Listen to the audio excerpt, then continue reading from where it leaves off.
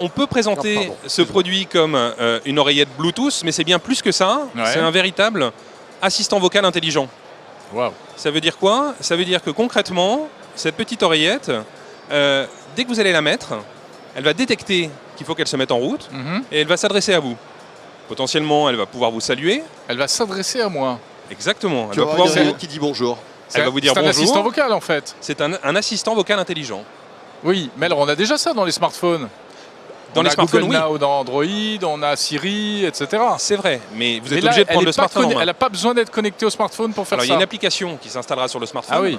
mais derrière, elle fonctionne de manière autonome. C'est-à-dire qu'en l'occurrence, je n'ai pas besoin d'allumer mon smartphone et de mettre en route un certain nombre d'applications pour qu'elle puisse fonctionner et être force de proposition. Mais cela dit, il y a un truc que je comprends pas, c'est que si par exemple j'ai une oreillette Bluetooth, je peux malgré tout activer le système de reconnaissance vocale et dialoguer avec mon téléphone, même si elle n'a pas toute la technologie qu'a votre oreillette. Ça va un petit peu plus loin, puisqu'en l'occurrence, comme je vous l'indiquais, l'oreillette, vous la mettez dans votre oreille et elle se met en route automatiquement et toute seule, par l'intermédiaire de capteurs. Et derrière, elle va être force de proposition. Prenons un exemple concret. Je dois me rendre à une adresse précise, d'un point A à un point B. Je vais pouvoir interroger mon oreillette en lui demandant clairement où se trouve l'adresse et comment m'y rendre. Et derrière, mon oreillette va me guider à pied ou en voiture ou en transport. Et qu'est-ce qu'elle fait? Elle va chercher une Elle vous application indique, de navigation. allez tout droit, oui, mais ça fonctionne gauche. comment? Elle va chercher c'est l'application. Elle va chercher une seule. information de navigation sur le smartphone.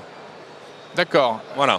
Grâce à Google ou à... On s'appuie effectivement sur l'architecture de Google Now pour cela. D'accord, oui, c'est un relais de Google Now.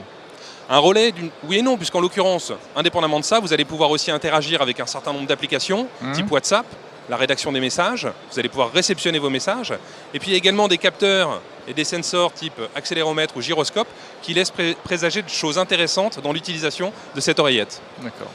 C'est un concept encore comme votre petite caméra ou est-ce que c'est quelque chose de plus concret ça? C'est quelque chose d'un peu plus concret, c'est quelque chose qui sera commercialisé à l'été.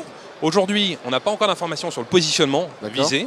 Le prix mais sur le prix, très clairement, effectivement. Voilà. Mais en tout cas, c'est quelque chose qui va arriver dans quelques semaines, on peut dire maintenant. Quelle serait l'autonomie de l'oreillette? Alors, aujourd'hui, l'oreillette en autonomie va fonctionner une journée.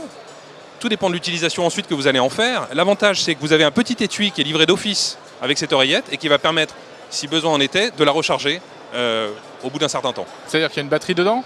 Il y a une batterie effectivement dans l'étui qui est fournie avec l'oreillette, qui se recharge par micro USB. Donc chaque fois qu'on la remet dans l'étui, elle se recharge en fait. Exactement. Ah oui, c'est malin.